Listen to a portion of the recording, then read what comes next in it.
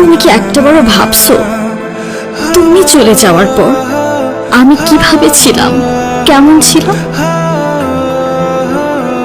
স্বার্থপরের মতো শুধু নিজের দিকটাই দেখলা, আমার কথা একটাবারও ভাবলা না।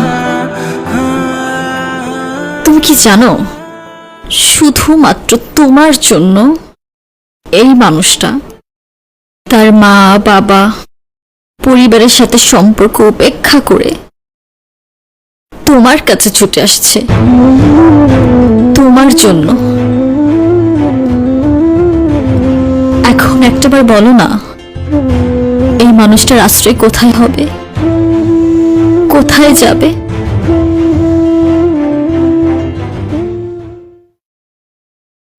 এইখানে।